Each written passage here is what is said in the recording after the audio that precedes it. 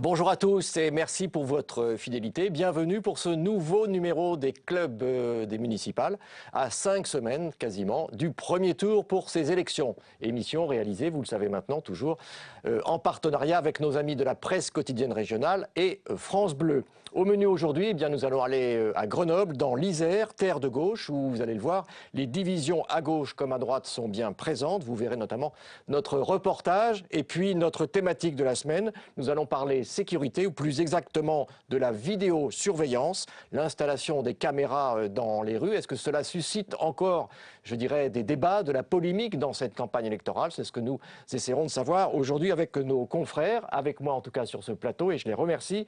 Ève Moulinier, vous êtes journaliste au Dauphiné Libéré, merci d'être là. Nicolas Crozel, journaliste à France Bleu Isère. Et puis nous avons le plaisir d'accueillir Hervé Joanneau, journaliste à la Gazette des Communes, spécialiste justement des questions de sécurité. Également, vous présentez également un site qui s'appelle Club Prévention et Sécurité, qui dépend de la Gazette des Communes. J'ajoute enfin que, comme d'habitude, vous pouvez commenter et recommenter cette émission avec le hashtag le CDM. D'abord donc, direction Grenoble, 160 000 habitants. Le maire socialiste Michel Destot ne se représente pas et la liste socialiste est nettement concurrencée à gauche, vous allez le voir, mais ce n'est pas très facile non plus à droite. Reportage à Grenoble, Jérôme Bonnard et Lélia Chou. Il ne se déplace qu'en vélo. Il passe son temps à la rencontre des Grenoblois. Ici, dans un quartier populaire, c'est l'heure du porte-à-porte. Bonjour madame, je vous présente Éric Piolle, qui est peut-être le futur maire. Et il y croit, ce jeune quadra qui rassemble les déçus de la gauche classique. Une alliance entre écologistes, partis de gauche et des associations citoyennes pour faire tomber la gauche, en place depuis 18 ans. Beaucoup trop long. Nous marquons clairement que nous avons un adversaire, c'est la droite, et un concurrent, c'est la liste socialiste. Mais je pense qu'ils ont cette culture du propriétaire. Et je pense que c'est ça aussi qui détourne les habitants. Ils n'ont pas envie d'avoir des politiciens de carrière qui gèrent l'action publique. Gauche contre gauche, mais voilà, la cité alpine, c'est le bastion des socialistes. Près de 65% des votes pour François Hollande en 2012. Et c'est bien sur ce point que compte s'appuyer le concurrent malgré lui d'Éric Piolle. Alors pas question de polémique. Je ne rentre pas dans ces débats-là qui, en plus, je suis désolé de vous le redire, n'intéressent pas les Grenoblois. Ce qu'ils veulent savoir, c'est ce que nous faisons pour leur environnement quotidien, leur cadre de vie, pour l'éducation, pour la sécurité. Jérôme Safar préfère donc limiter l'impact de cette mouvance citoyenne. Il n'en reste pas moins inquiet sur les conséquences.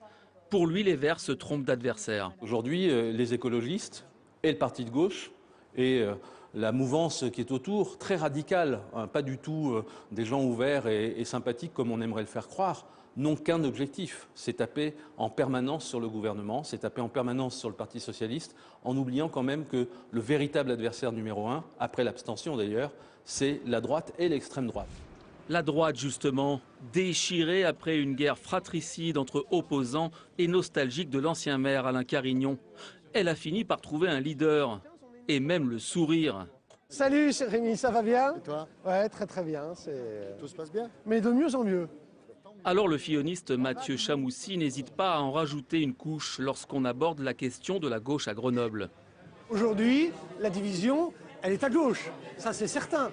Ils ne sont d'accord sur rien, ils n'ont rien de commun sur le plan des idées. Rien de commun, sauf sur une chose. Encore une fois, ils veulent se partager le pouvoir. Comme en 2008, on peut donc s'attendre à une nouvelle triangulaire au second tour à Grenoble. Mais pour l'heure, nul ne sait si cette tension à gauche pourrait servir une autre candidature. Silencieuse actuellement, celle de Mireille Dornano au Front National. Voilà, alors Ève Moulinier, là, on vient de voir ce reportage. À gauche, c'est quand même très. On va parler de la droite tout à l'heure, c'est tendu, hein, on vient d'entendre ses propos.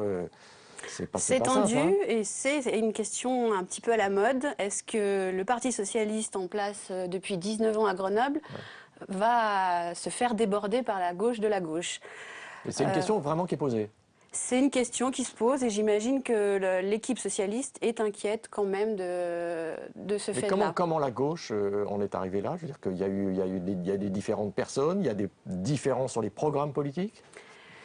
Il y a une opposition entre la gauche et les Verts depuis longtemps.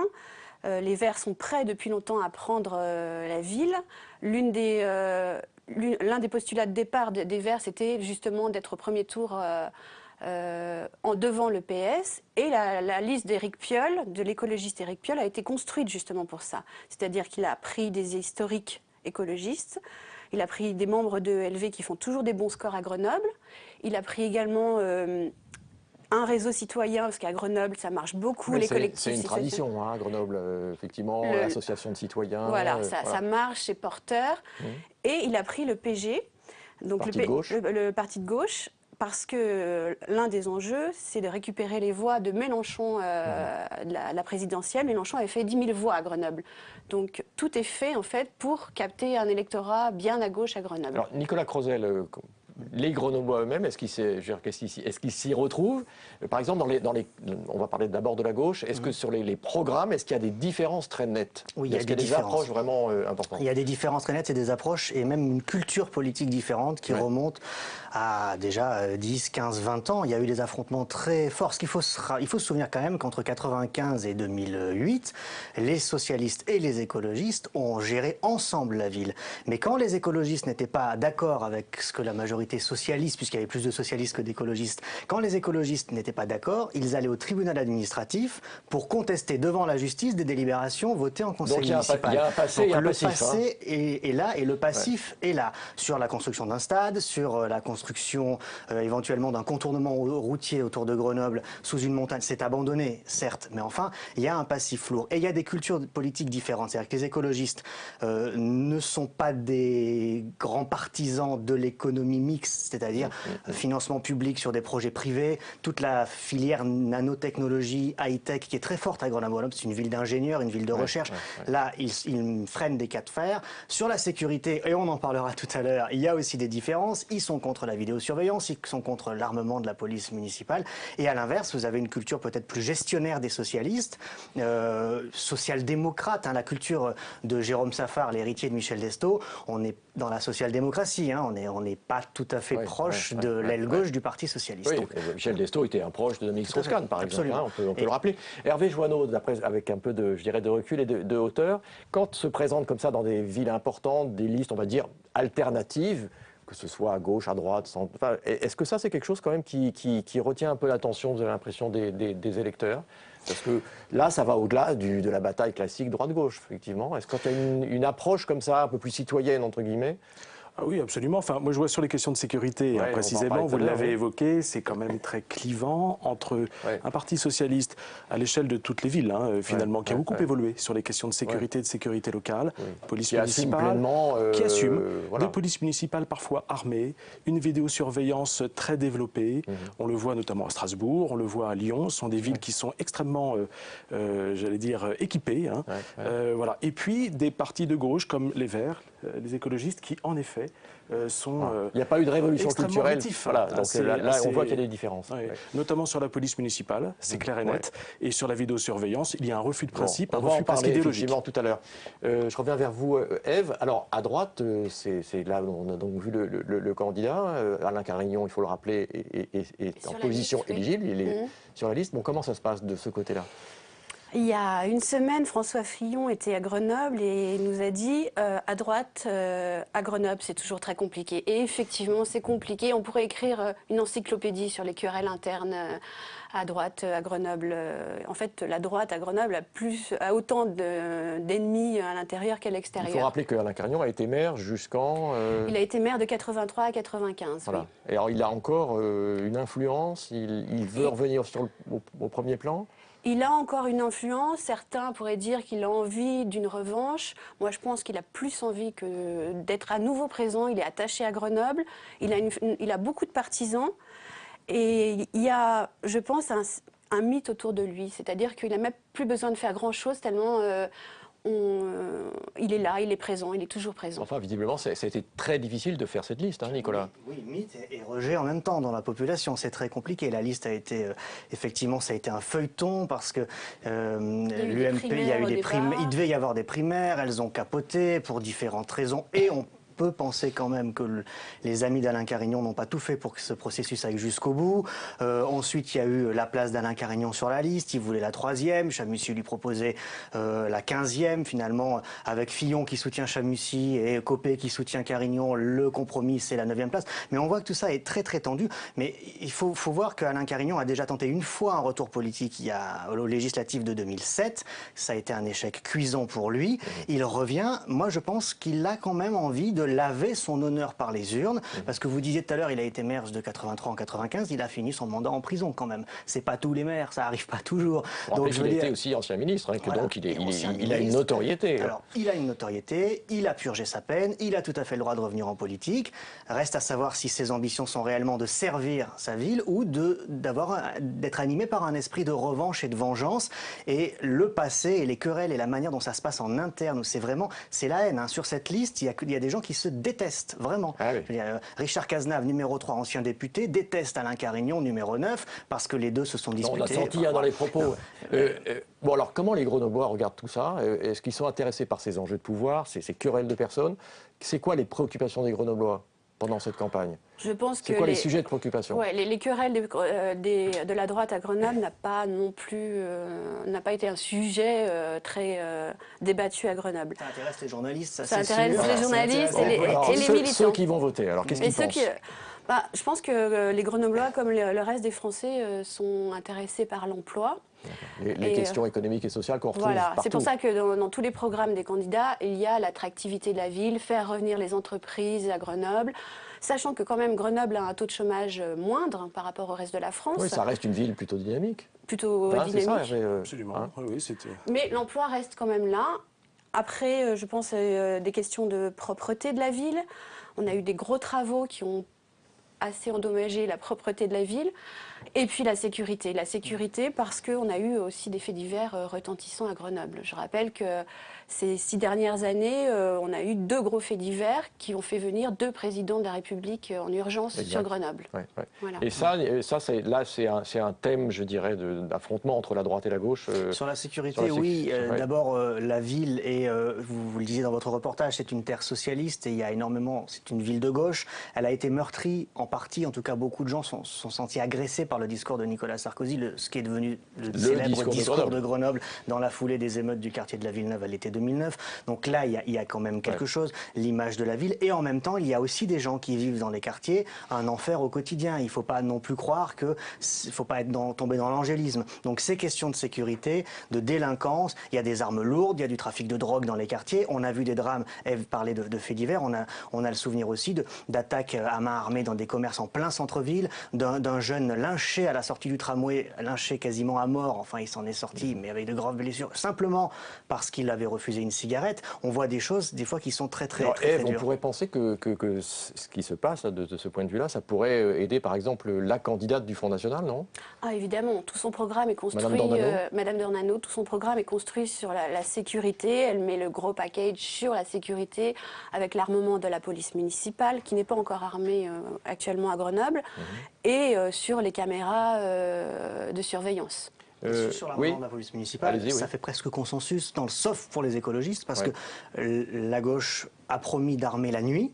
Donc la majorité sortante, dans certains quartiers, mais enfin, c'est plus un tabou, pour rebondir sur ce que disait Hervé tout à l'heure, c'est plus un tabou. Un socialiste qui dit on va armer la police municipale, certes la nuit et que dans certains quartiers.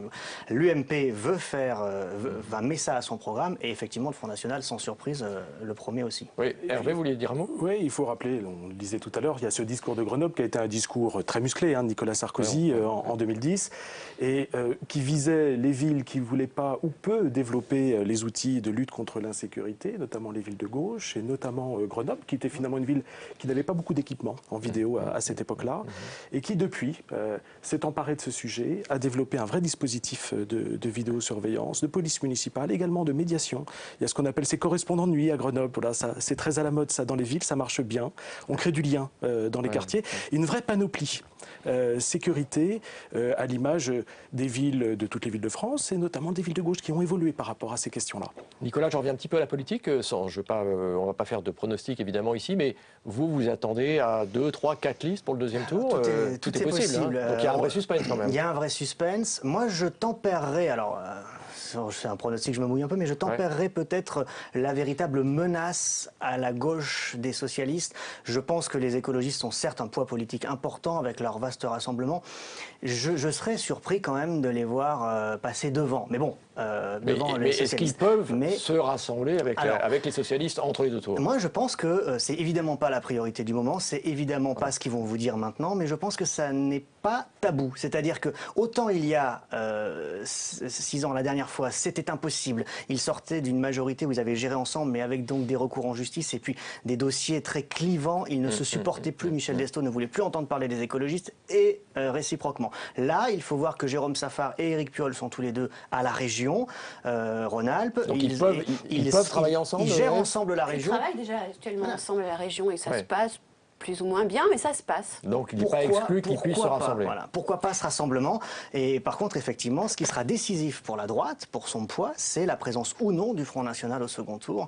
Et notamment, effectivement, parce qu'une quadrangulaire rendrait évidemment très très compliquée la tâche de la droite, puisque historiquement et de toute façon, il y a un électorat de droite faible à Grenoble. Ce sera difficile. En tout cas, donc, Villa Suspense, on verra ça donc, bientôt dans 5 semaines. On passe à la seconde partie de notre émission. On l'a déjà un tout petit peu abordé.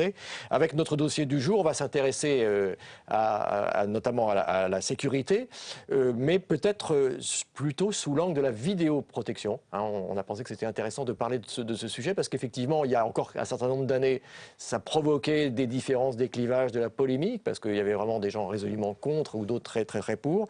Et donc, on va regarder ça. Il y aurait aujourd'hui 40 000 caméras. Vous nous direz, Hervé, si c'est exact encore sur la vie publique en France. Est-ce que c'est un débat, en tout cas, dans cette campagne électorale? Explication et rappel avec Simon Barbary et Stéphane Alahance. Vidéosurveillance ou vidéoprotection, la mise en place de caméras dans l'espace public s'invite dans la campagne des municipales. À Paris, c'est sur leur nombre que débattaient il y a quelques semaines 2 candidates à la mairie. Je veux doubler aussi le nombre de caméras de vidéosurveillance parce qu'elles servent d'outils. Aujourd'hui, en surface, il n'y en a qu'un millier. Nous avons, parce qu'il faut donner les bons chiffres, 30 000 caméras sur l'ensemble du réseau qui inclut les caméras connectées à la préfecture de police, de la RATP et de la SNCF. Depuis la mise en place du plan vidéoprotection en 2011, près de 7 000 interpellations ont été rendues possibles dans la capitale grâce aux caméras, avec en point d'orgue des affaires médiatiques comme celle de l'arrestation d'Abdelhakim Dekar, le tireur du journal Libération en décembre dernier.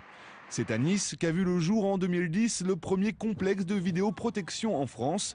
Le maire UMP, Christian Estrosi, avait d'ailleurs fait campagne sur la sécurité en 2008. Mais voilà, 6 ans plus tard, forte de ses 915 caméras, soit une pour 360 habitants, la ville reste pourtant très mal classée en matière d'atteinte aux biens et de violence à la personne.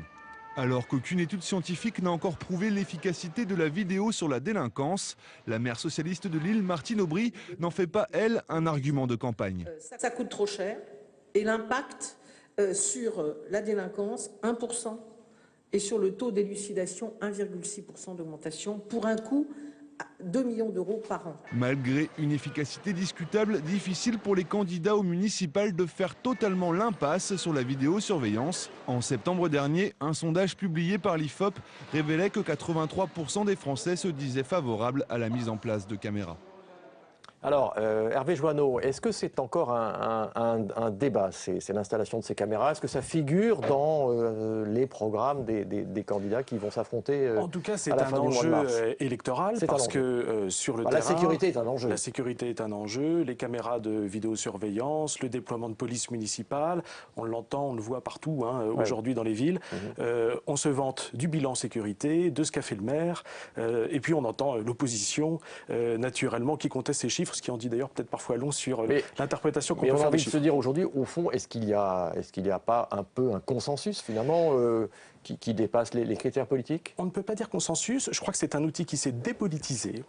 C'est-à-dire que globalement à droite, dans les villes de droite, 100% des 60 plus grandes villes en France, 100% des villes de droite sont équipées aujourd'hui. À partir de quel seuil plus de 20 000, 30 000 habitants, voilà, par exemple. C'est cela. Ouais. Et en revanche, on n'a que 54%, je crois précisément. On a publié une carte sur le site de la Gazette et du Club là-dessus, et c'est quand même assez parlant. 54% des villes de gauche équipées. Alors, il faut préciser quand même. C'est peut-être un peu historique aussi, c'est qu'il y a peut-être un certain nombre de villes de gauche qui sont en train de rattraper un éventuel retard, non ? On a des villes qui rattrapent des retards et on voit des plans d'extension de caméras. Mais il faut préciser, c'est vrai qu'on a des grandes villes, je le disais tout à l'heure, Strasbourg, Lyon, par exemple, Montpellier, qui sont des villes de gauche qui ont déployé tout un dispositif de vidéosurveillance très important, plusieurs centaines de caméras dans ces villes-là. Il y a des maires de gauche qui assument totalement, c'est un peu ce qu'on se disait tout à l'heure, et puis d'autres qui le font mais n'osent pas trop le dire. On a entendu la maire de Lille, par exemple. C'est le cas également à Nantes, c'est le cas à Brest. Il n'y a pas de vidéosurveillance. On s'y refuse. Il y a quand même, dans le fond, un problème d'évaluation et un problème de coût. D'accord. Alors, moi, j'avais envie de vous demander, alors, l'efficacité, on voit que Martine Aubry, elle donnait des chiffres. Qu'est-ce qui est prouvé là-dessus ? Est-ce que c'est plus dissuasif qu'efficace ? On a quand même un premier problème, c'est qu'il n'y a aucune étude d'évaluation. Donc, il faut rester très modeste quand on parle de ça. Ce qu'on sait à grands traits, on le sait en regardant ce qui se passe à l'étranger. Ce qu'on sait à grands traits, c'est qu'en termes de dissuasion, ça a un effet très limité, la caméra. Le délinquant, il n'est pas idiot, il voit une caméra, il va commettre son délit, vous dites ça, moi, en préparant un peu cette émission, j'ai vu par exemple qu'à Paris, en 2 ans, il y a eu 7000 interpellations, paraît-il, compte tenu justement des caméras. Donc ça a un effet quand même, non ? Oui, mais enfin 7000 à Paris, je pense qu'il faudrait remettre ça dans le contexte police, gendarme. Voilà, c'est aussi évidemment les couloirs de métro, par exemple. Donc effectivement, voilà. En termes de dissuasion, un effet limité. En revanche, ça a un impact relatif en termes d'aide à l'enquête. C'est vrai que les policiers, les gendarmes s'en servent. C'est l'exemple qui a été donné du tireur fou de Libération. C'est très clair. Ça a permis d'identifier une personne et un coupable. Mais quand on rentre dans un complexe, dans un centre de supervision urbain, comme on dit, c'est assez curieux de voir des opérateurs de vidéosurveillance qui traquent finalement surtout les problèmes de circulation, les petits problèmes du quotidien, le banc qui est cassé, le muret qui s'écroule, des petits problèmes où les policiers municipaux ou les policiers nationaux peuvent intervenir. Oui, ce n'est pas uniquement pour la délinquance, c'est contre la délinquance. Simplement pour la délinquance. Ève Molinier, dans la région que vous couvrez avec votre journal, le Dauphiné Libéré, il y a des grosses différences dans les approches pour cette vidéosurveillance ? Oui, effectivement, à Grenoble, ça a été longtemps un sujet tabou. On se souvient des conseils municipaux où les Verts et les EPS se tiraient dessus à ce sujet. À Grenoble, finalement, l'expérimentation a été menée lors du dernier mandat, mais on n'en est qu'à 80 caméras, ce qui est vraiment peu. 80 caméras pour 160 000 habitants. Voilà, avec principalement 20 caméras sur des lieux de délinquance ciblés. Et 80 caméras, c'est beaucoup moins que certaines villes de notre agglomération, des villes communistes en plus. Oui, par exemple, vous avez quelques villes à l'esprit ? Je pense que Échirolles, Saint-Martin-d'Air, Fontaine. C'est en ça que c'est pas forcément un sujet politique, pour rejoindre ce que disait Hervé. En tout cas, c'est pas forcément... ça dépasse chez nous, il y a plus de caméras de vidéosurveillance dans l'agglomération grenobloise, dans ce qu'on appelle certaines communes de la ceinture rouge, qui sont des villes communistes, où là, on a mis de l'argent et des moyens sur ça. Alors, évidemment, Échirolles, par exemple, c'est aussi une ville dont on a malheureusement parlé pour des faits divers tragiques et des questions de sécurité aussi. Mais je pense qu'effectivement, c'est dépassionné, à l'exception, encore une fois chez nous, de tout cette mouvance réseau citoyen, écologiste, voilà, une culture un petit peu peut-être héritée d'un certain esprit 68 arts et la gauche un peu révolutionnaire des années 60-70, quoi. On avait notre mouvance un peu anarchiste de Grenoble qui distribuait des cartes de la ville avec les emplacements des caméras afin d'inciter la population à les démonter. Ah oui. Alors, en général, la population aujourd'hui, elle est demandeuse ? Alors les sondages d'opinion sont clairs. Aujourd'hui, 75% de la population à peu près, c'est entré dans les mœurs. La vidéo est entrée dans les mœurs aujourd'hui et c'est un argument fort d'ailleurs pour les maires qui veulent équiper leur ville. Ça permet de faire passer la pilule du coût parce que ça coûte très cher la vidéo. Oui, alors je lisais ça, 10 000 € pour installer une caméra, c'est ça ? Au minimum. On a des villes qui font à 10 000 €, 20 000 €, c'est considérable, surtout pas en période Absolument. de crise. Est-ce que c'est pas facile ? Et puis le coût de la vidéosurveillance, c'est pas simplement le prix d'une caméra. Donc 10, 15, 20 000 € le prix d'une caméra. La maintenance. Toute l'ingénierie autour. Vous savez, les études, les cabinets de conseil, ça coûte cher, ça, pour une ville. Il y a la maintenance, après, ce qu'on appelle les dépenses de fonctionnement dans un budget municipal. Et puis les opérateurs. Il y a une masse salariale. Il y a des opérateurs de vidéosurveillance. Donc vous voulez dire que en fait, la vidéosurveillance crée les emplois ? On pourrait, c'est un angle d'interprétation. Voilà. Mais alors, la vidéosurveillance, ça dépend, j'imagine, des communes. Ça dépend exclusivement des maires. Justement, c'est ce que j'allais dire. Il y a celles installées par les pouvoirs publics, par les élus, et puis il y a les commerçants eux-mêmes qui s'équipent, parfois aidés justement par des fonds de soutien mis en place. À Grenoble, il y a notamment des dispositifs pour aider les commerçants à s'équiper en vidéosurveillance avec de 30 à 40% du prix qui peut être pris à la charge par des fonds d'aide. Donc ça aussi c'est important. Et on voit bien qu'il y a deux systèmes. Il y a les officiels, enfin les caméras publiques et les Hervé, commerçants. pour qu'on comprenne bien, un policier municipal qui regarde son écran, qu'est-ce qu'il peut faire de ces images lui-même? Alors très concrètement, il observe, il visionne, il exploite et en cas de délit devant lui, il transmet au policier national ou aux gendarmes selon sa région. Donc ça, c'est les mêmes procédures partout? Les mêmes procédures en général partout. Il y a un raccordement parce que la vidéo est en général implantée dans la mairie ou dans un bâtiment de la mairie. Et puis il transmet après aux forces de sécurité qui interviennent. Enfin, les policiers municipaux peuvent intervenir quand il y a un problème de circulation ou quand il y a un problème de voirie quelconque, ça peut intervenir. Sur les chiffres quand même, je reviens, pour être très clair, 1 million de caméras en France en tout, mais alors ça englobe tout, les caméras privées, les caméras dans les commerces, et on a donc à peu près aujourd'hui, je crois, 40 000 caméras de voie publique, à proprement parler, donc celles qui visionnent la voie publique. Et là, il y a une augmentation très très nette. Il y a une accélération et une incitation très forte qui a été donnée par le gouvernement il y a quelques années de ça. Précisément, Michel Alliot-Marie a lancé un plan d'équipement très fort avec des aides pour installer cela. Aujourd'hui, la phase d'équipement, elle est un petit peu derrière. Ça continue à augmenter, mais un petit peu moins quand même. Est-ce que, sur un peu plus généralement, un peu plus largement, sur les problèmes de sécurité, est-ce qu'il y a encore, je dirais, de vraies différences dans les promesses des différents candidats, notamment dans les grandes villes? Non, parce que aujourd'hui on parle dans les mairies, on parle de police municipale, et c'est vrai que les polices municipales ont connu un essor formidable. La vidéosurveillance est un Alors que c'était un débat autrefois. Alors que c'était un débat. Voilà, le débat aujourd'hui peut se cristalliser sur l'armement. Est-ce qu'on arme ou pas les policiers municipaux? On a ce débat-là, on l'a eu à Grenoble, on l'a dans beaucoup de villes. Et ça, c'est des débats plus idéologiques, c'est un petit peu ce que vous laissiez entendre, que pratiques encore C'est-à-dire que pour beaucoup de maires, et notamment des maires de gauche, et tout précisément peut-être des maires en effet verts ou communistes, la sécurité, c'est l'affaire de l'État, c'est pas l'affaire de la mairie, c'est pas l'affaire du maire. Très bien, merci en tout cas à tous de tous vos témoignages, c'était très intéressant. C'est la fin de cette émission, merci de l'avoir suivi. On se retrouve évidemment la semaine prochaine. N'oubliez pas de commenter ce numéro avec le hashtag le CDM. Sachez que vous pourrez aussi voir ou revoir cette émission sur notre site publicsena.fr. Merci à toute l'équipe qui m'a aidé à réaliser ce numéro, notamment merci à Laurane Elkabach, Fanny Arnoux-Olia et Sacha Robin, sans oublier notre réalisateur préféré Philippe Dessony. Très bonne soirée à vous.